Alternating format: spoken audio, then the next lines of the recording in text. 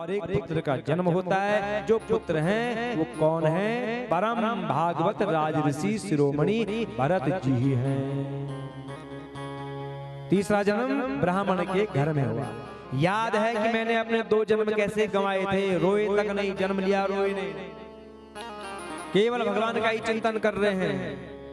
पिता ने स्नेहवश अपने पुत्र के विवाह से पहले के सारे संस्कार करवाए, वेद पढ़ाया, याद किया, उपनिषद पढ़ाई, याद किया, सब याद किया। पिता ने कहा जरा सुना तो रे मुझे, तूने क्या क्या पढ़ा है। नहीं बोले, क्योंकि डर है अगर बोलूंगा तो कहीं मोह माया में न पड़ जाऊं। पिता ने सोचा कि मेरा बच्चा मूर्ख है, क्या करें इस बच्चे का।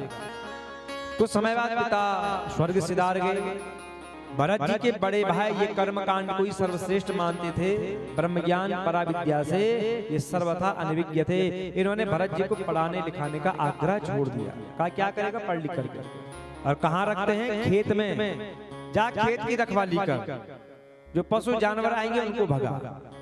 भरत जी को मान अपमान की भी कोई विचार नहीं रहता था। कोई उन्हें पागल कहता, कोई उन्हें मूर्ख कहता, यहाँ तक कि लोग उन्हें जड़ कहने लगे तो नाम पड़ गया जड़ भरत। उनसे मजदूरी करवाते तो मजदूरी कर लेते और मजदूरी में कुछ भी नहीं देते थे, पर फिर भी प्रसन्न रहते थे।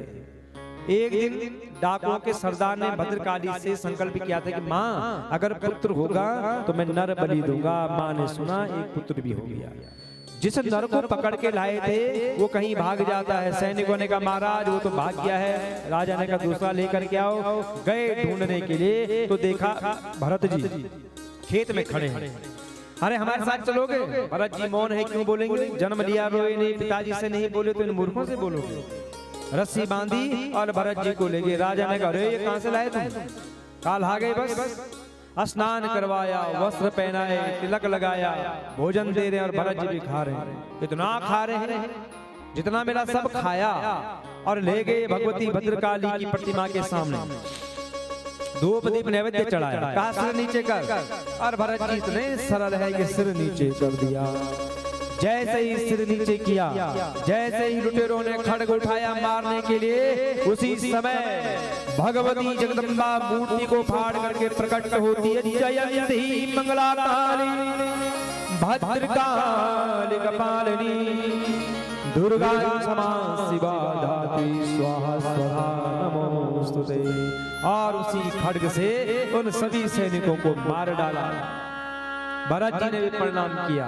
मानो कि आज भगवान ही विविध रूपों में आकर के अपने भक्त की रक्षा कर रहे हैं। जा पर गिरे पा राम की होई, जा पर गिरे पा राम की होई, पर गिरे पा करे सब कोई, पर गिरे पा करे सब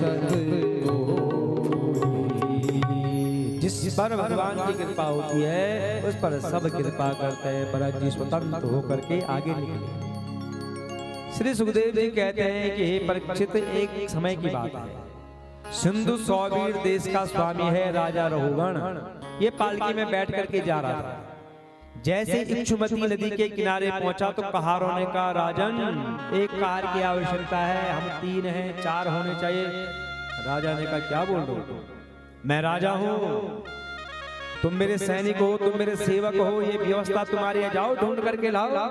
इस राजा को अहंकार था, घमंड था कि मैं राजा हूं। कहा हाँ ठीक है जाते हैं। पालकी नीचे देखी, गए ढूंढने के लिए, देखा भरत जी आ रहे हो, भैया हमारे साथ चलोगे? भरत जी मौन है, नहीं बोले कुछ। हाथ पकड़ा, सीधे लाए और आगे पालकी में लगा देते। इस योग्य नहीं थे भरत जी कि किसी की पालकी को अपने कंधे पर ले जाए। विद्वान थे, महान थे, गुणवान थे। भरत जी आगे हैं। अब जैसे ही पालकी आगे बढ़ती है तो भरत जी को एक बात का ज्ञान है कि कहीं मेरे पांव के नीचे आकर के कोई जीव न मर जाए, कोई चींटी न मर जाए। सबका ध्यान रखते हैं। जैसे ही आगे बढ़ते हैं, अगर कोई चींटी आती है तो भरत जी पांव उछालते हैं, आगे रखते हुए पालकी हिलने लगती है। ये देख करके राजा रोहगण को बड़ा ही क्रोध आ रहा है। ढंग से चलो जरा, ऐसे क्या चल रहे हो तुम? सैनिकों ने कहा महाराज हमको दोष मत दीजिए, ये नया कहार आया है। अच्छा फिर पालकी आगे बढ़ी, फिर देखा छोटा सा कोई जीव है। भरत जी ने जैसे पांव आगे उछाला, फिर पालकी हिल गई। राजा रोगण को बड़ा क्रोध, निकाली तलवार। ओ भैया, लगता है जीते जी मर गया है तू। तुझे पता नहीं कि इस पालकी में कौन बैठा है? मैं राजा हूँ, मैं स्वामी हूँ, तुम सेवक हो, ठीक से चलो। लगता है कि कुछ खाया पिया नहीं है, जीते जी मर गया है तू। फिर पालकी आगे बढ़ाई, फिर वही हुआ, जीव आया, फिर पांव आगे रखा, फिर जो कि पालकी हिल गई। राजा को बड़ा क्रोध, अरे कितना समझाओ ने तुझे, मर गया है क्या? जिस प्रकार का व्यवहार कर रहा है। राजा रोगण को बड़ा घमंड था, भरत जी को नहीं समझ पाया। भरत जी को अनाप शनाप बोल रहा है। अब रोगण की बातों को सुन करके भरत जी मुस्कुराए और आज बोल पड़े। जन्म लिया रोए नहीं, पिताजी ने पूछा बोले नहीं, किसी से नहीं बोले। और आज राजा रोगण से कह रहे हैं, क्या बोल रहे हैं?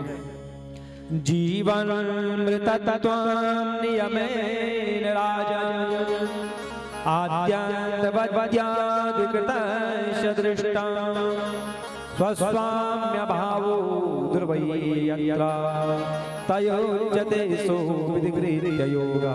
राजन, तुमने जो जीने मरने की बात कही है वो बहुत अच्छी बात है।